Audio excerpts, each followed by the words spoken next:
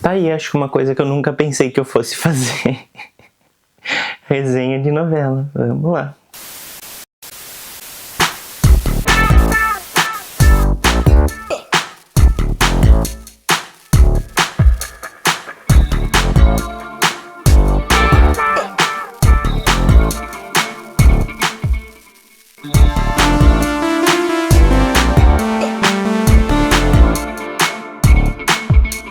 Eu devo confessar que fazia tempo que eu não maratonava algo e especialmente que eu não me sentia tão motivado a assistir uma novela. Em exibição desde março de 2025, o remake de Vale Tudo parece ter tido esse mesmo efeito em muitas outras pessoas do meu convívio social. Gente que eu nunca imaginei que ia assistir novela começou a falar sobre o assunto. Virou papo de trabalho, conversa do dia a dia, assunto no transporte e até tomou as redes sociais por um motivo, eu acho, inclusive, que eu vou falar na sequência. E eu não vou mentir que eu também não comecei a assistir Vale Tudo lá no início da novela. Eu comecei a assistir porque as pessoas insistiam no assunto, a novela Vale Tudo, o remake de Vale Tudo.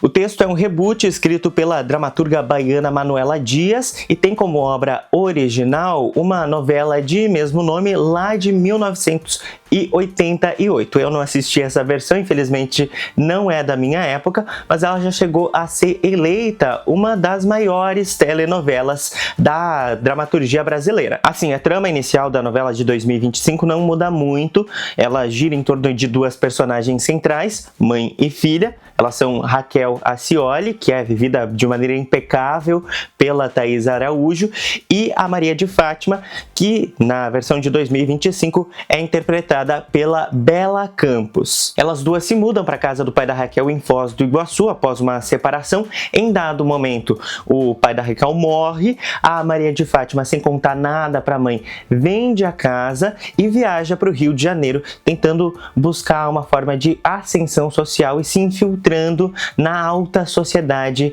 carioca. O que mais que acontece é que a Raquel vai então atrás da Maria de Fátima e aí sim a gente tem boa parte dos desdobramentos que acontecem ao longo das cenas que a gente acompanha na novela. É uma narrativa de contrastes. A Raquel e a Fátima vêm de uma origem humilde, mas enquanto a mãe tem uma personalidade mais honesta e generosa, quase que excessivamente inocente em alguns momentos, a Fátima é uma personagem mais fria, ambiciosa e que está disposta a fazer qualquer coisa para ter o que ela quer. E aí um dos pontos que vai intensificar esse sentimento de contraste é a chegada da personagem Odete Almeida Reutemann.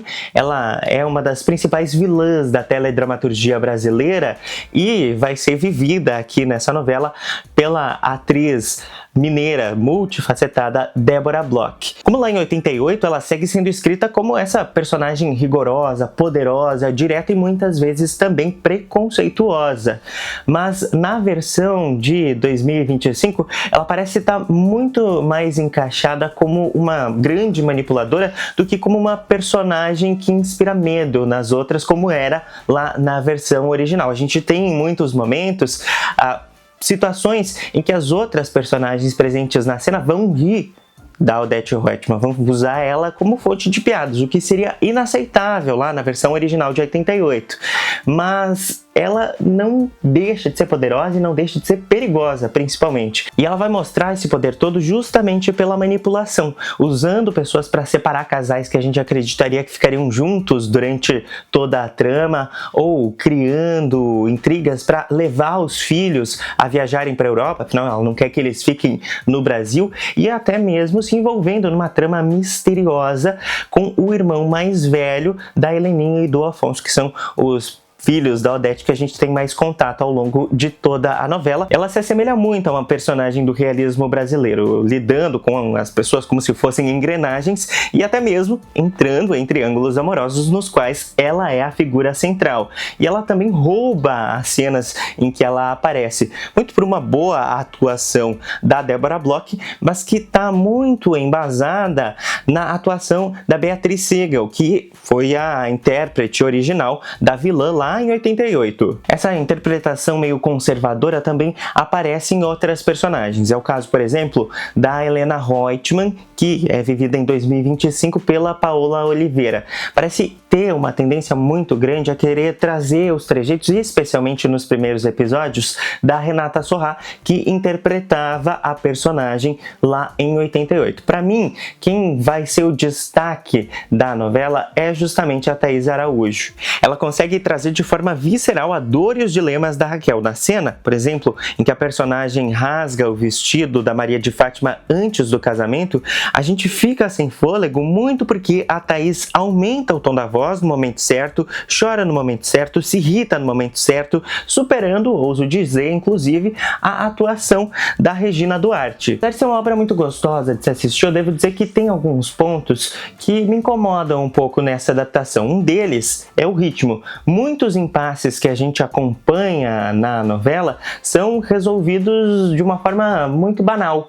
Então a gente tem situações que levariam episódios para serem resolvidos, mas que são solucionados numa velocidade quase de TikTok. É muito rápido, acontece em uma cena, na cena seguinte já está resolvido ou já está até esquecido. Um outro problema que parece partir de uma origem similar é uma necessidade desagradável do roteiro de querer misturar todos os assuntos em alta possíveis nas cenas. O ponto não é não se trazer as pautas que surgem e que estão em alta nas redes sociais, mas é que esse trabalho é feito de uma forma tão irresponsável, tão superficial, tão sem profundidade e sem impacto para as cenas seguintes que não chega nem a criar interesse do telespectador. E olha só, tantos são problemas esses aspectos que eu apontei, que nos momentos em que essas situações vão ser deixadas de lado, a gente vai ter episódios memoráveis, como é o caso do que foi exibido no dia 29 de julho.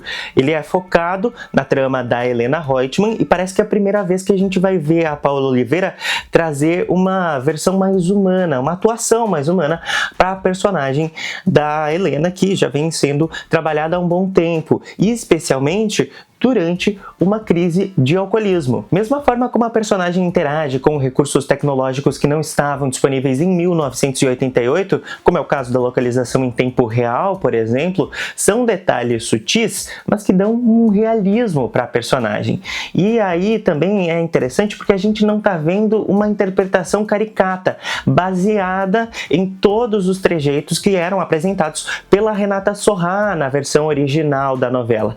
Mas a gente vê em cena a Paola Oliveira brilhando como a própria Heleninha Reutemann. Ela toma decisões perigosas sem perceber, ela age de uma forma impulsiva, mimada, destrutiva, se tornou de uma maneira impressionante, porque a Heleninha não era a minha personagem favorita, mas esse se tornou o meu episódio favorito de toda a novela.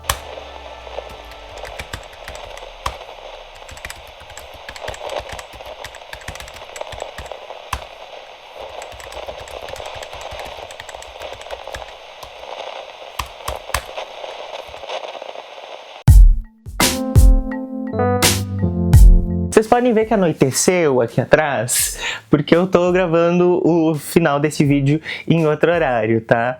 Mas acho que o principal ponto e que é mais encantador para mim em toda essa novela é algo que ela sabe explorar com maestria. No curso de jornalismo mesmo, nós somos apresentados a um conceito que está muito ligado a essas grandes produções do audiovisual, que é a narrativa transmídia. Esse é um termo do pesquisador estadunidense de mídia e comunicação Henry Jenkins. A ideia é descrever um fenômeno das histórias que são contadas usando diversas mídias e os seus recursos, em que cada um desses pedaços vai contribuir para ajudar a construir uma parte de um universo narrativo. Ele não é um conceito exclusivo do audiovisual, mas quando a gente aplica para todo esse campo, é interessante a gente buscar, por exemplo, alguns blockbusters que vão nos ajudar a entender melhor o que tudo isso representa. Star Wars, por exemplo, a gente tem a saga dos 9 filmes centrais da franquia de cinema, mas tem uma série de outros materiais que se somam para ampliar a história. Tem filmes com histórias secundárias, séries, animações, livros, histórias em quadrinhos, jogos, mídias separadas com narrativas que vão além da central, que exploram diferentes aspectos desse mundo, aqui no caso, uma galáxia. Vale também uma distinção entre transmídia e multimídia. O transmídia, ele é usado justamente para descrever essas histórias que elas são contadas utilizando diversos tipos de mídias, então diversas bases. Vai ter, como eu expliquei, pega uma história em quadrinho, um filme, ela se espalha. Enquanto que no multimídia a gente tem duas opções centrais. Ou a gente vai ter um produto midiático que ele vai sendo adaptado para diferentes tipos de linguagens. Então, por exemplo, pegando o jornalismo, a reportagem, que é de onde eu sou nativo, a gente tem uma reportagem que foi produzida inicialmente em vídeo e aí a gente vai rodar ela numa rádio como uma reportagem de áudio sem grandes alterações, ou ainda existe a possibilidade de alguns materiais que eles vão conglomerar uma série de tipos diferentes de conteúdos. Então, seguindo no exemplo do jornalismo, uma reportagem de site que vai utilizar entre os recursos vídeo, áudio, tudo isso vai se misturando dentro da composição desse texto final. Se vocês escutarem qualquer miado, é esse ser aqui que tá causando aqui dentro do vídeo e ele não quer me deixar gravar. Né, Bela? Feia. Feiosa. Dá oi pra câmera. Por que eu tô falando isso e que relação que isso tem com a minha novela? Olha, na minha análise, eu acho que um dos pontos que mais chama a atenção dessa adaptação de Vale Tudo é justamente a forma como a narrativa ela consegue ir além do multimídia. Ao longo da obra, e a principal forma que a novela vai fazer isso é utilizando as redes sociais da Maria de Fátima. Na adaptação de 2025, diferentemente da original, em que ela queria ser uma modelo, a Fátima busca se tornar uma influenciadora. Em dado momento da história, ela começa a postar nas redes sociais. O que acontece? A gente começa a ver essas publicações aparecerem nos nossos feeds. Esse é um recurso muito interessante, porque ele consegue atrair públicos que não estão diretamente relacionados ao universo da novela e que vão chegar justamente por meio dessas outras veias, desses outros tipos de conteúdo que estão espalhados e que vão, claro, contribuir para toda essa história. É uma construção curiosa que acompanha a narrativa central, mas não a limita, a expande e com uma precisão de horário impressionante, tá? Porque às vezes que eu assisto na TV é falar no ao vivo, mostrar no ao vivo a cena que está se referindo a alguma das postagens, que ela sai nas redes sociais instantaneamente. Tem, por exemplo, um post que agora não está mais disponível no perfil oficial, mas tem um de arquivo que ainda conserva toda essa narrativa, em que a gente vê um convite para Fátima de participar, né? Ela, enquanto influenciadora, participar do show da Lady Gaga em comemoração aos 100 anos da marca Corona. Isso não aparece em nenhum momento da novela, ele é um conteúdo exclusivo das redes sociais. E o que acontece por consequência? A gente, além da novela, passa a ter que interagir para ter a dimensão total da história com outras fontes de informação que estão justamente nas redes sociais.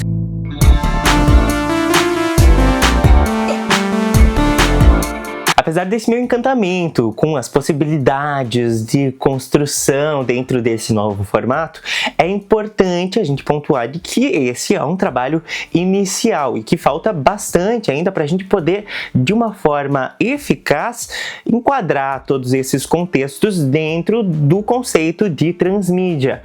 Falta, por exemplo, canais diferentes, interação real com o público e mesmo histórias efetivamente separadas que possam levar essas narrativas e esse universo para outros consumidores potenciais. Mas eu acredito que é um começo muito interessante e que eu espero que não seja abandonado nas próximas novelas das 9.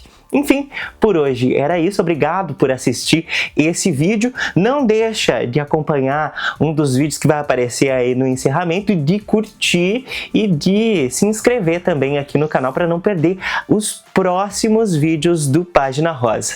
Muito obrigado mais uma vez. A gente volta a se ver no próximo vídeo e até mais!